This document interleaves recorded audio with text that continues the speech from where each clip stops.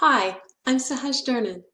I wanted to take some time today to go a little deeper into why we can become anxious sometimes, because it's not always for the reasons that we think. But first, I'm going to back up a little bit to explain about Ayurveda, which is the science behind the principles in this video today. Ayurveda is the ancient East Indian science of life, similar to Chinese medicine in that it encompasses all facets of living rather than separating them out. So, for example, humans are part of nature and we're affected by nature and the elements that are prevalent within nature at any given time. Nature too is affected by humans. If all of life is interconnected, then it would stand to reason that one part being out of balance will inevitably affect other parts of the same system and probably bring other parts out of balance as well. This happens in the body and outside. For example, we contain all 5 elements within us. Those are earth, air, fire, water, and ether. Most people, when we first discuss the elements within their body, assume that they should contain all 5 elements equally within the body. Not true. If at the time of conception your parents were both predominantly ether and air in their body types, then you also will be predominantly ether and air in your body type. And bringing you back to that throughout your entire lifetime is what will be a balanced place for you. If you are that body type, it is called Vata, V-A-T-A. I've heard it said that at one time most people used to be predominantly one body type. But now today people are traveling and moving and there's so many more intercultural marriages that most people are predominantly 2 body types. So for example, you could be high in ether and air, which is the Vata body type, as well as high in water and fire, which is the Pitta body type. Let's leave it here for now, and today let's talk mainly about the elements of ether and air specifically within the body. If you thought about it, you might guess that ether and air are light, dry, and highly mobile. There's not much physical substance to them, and you could think about wind, for example, as Earth's predominant way of demonstrating Vata in nature. If you have Vata as your main body type, or even if you don't, but you have a Vata imbalance, meaning it's high, then you will be more likely to experience the symptom of anxiety and other related Vata symptoms. Of course, we can all be in or out of balance in any of the elements. In balance, air and ether can look like this. It could be very spontaneous. It could be light in weight or light in terms of like playful and joyful. It could be very creative. Typically, they have mental flexibility and they're quick to respond to things. And sometimes they're very active in their lives, although they don't have the endurance to be active for long periods of time, typically if they're pure Vata.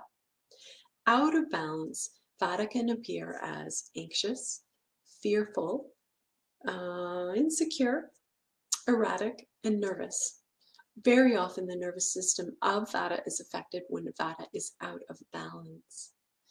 What does it mean to have ether and air out of balance? Well, it just means basically that there's literally too much of those elements within the body at any given time.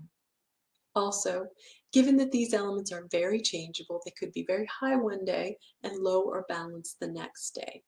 Although these elements can be out of balance for prolonged periods of time as well, depending on your predisposition, diet, lifestyle, and outside influences. So when someone comes to me with anxiety, one of the things I'll look for is if the ether and air elements are out of balance in their body. Now, I'm not an Ayurvedic doctor, so I don't go into a huge in-depth analysis, and for most people this is okay. They will still get amazing results from making some simple changes to their lifestyle and their diet. But if someone is out of balance for long periods of time, or if, say, air, ether, fire, and water are all out of balance in the body at the same time, these can be red flags for bigger issues in the body, and this is when I might tend to refer someone to an Ayurvedic doctor or a naturopath, someone that can do a more in-depth analysis of what's going on. The more elements that are simultaneously out of balance at the same time, the more dis-ease there generally is within the body. One other interesting thing to note is that sometimes a person can have too much air and ether in their mind, but their body is perfectly in balance. I see this more often if someone spends most of their days in prolonged mental activity. For example, someone who needs to have great mental intellect or focus all day, every day. Lawyers, doctors, students could be some examples of people whose profession or daily activity necessitates them being in their mind a lot. Increased mental activity, unfortunately, is becoming very common for many people, regardless of their profession, simply because we are overstimulated with information, noise, and activity going on around us all the time, and then we bring it inside and it becomes part of us too. So, if someone is prone to anxiety and stress, and they happen to have more of it in their mind than in their body, generally speaking, we'll work with breath, meditation, and gentle yoga and those types of things to help calm the mind. Now you should have an idea of how someone can exhibit air and ether both in and out of balance in the body. When people come to work with me, I'll usually go over a detailed questionnaire with them to see which predominant body types are there and where they might be in and out of balance.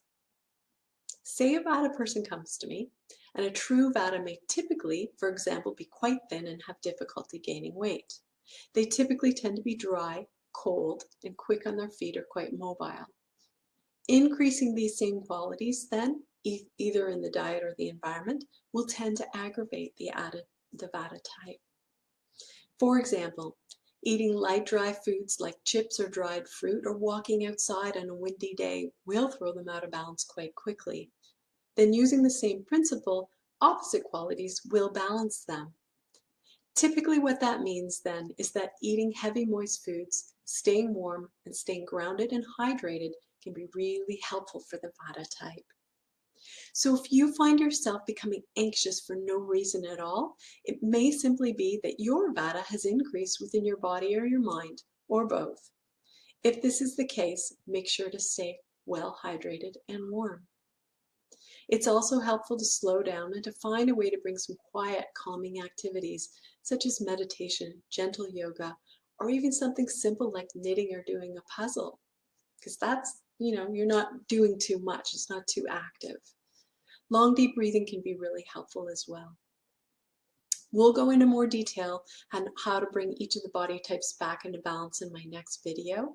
But for now, if you suffer from anxiety, could be as simple as making a few small changes to your lifestyle. I hope this was helpful for you. You can connect with me at sahajdurnin.com if you want more information or if you want to check out my blog.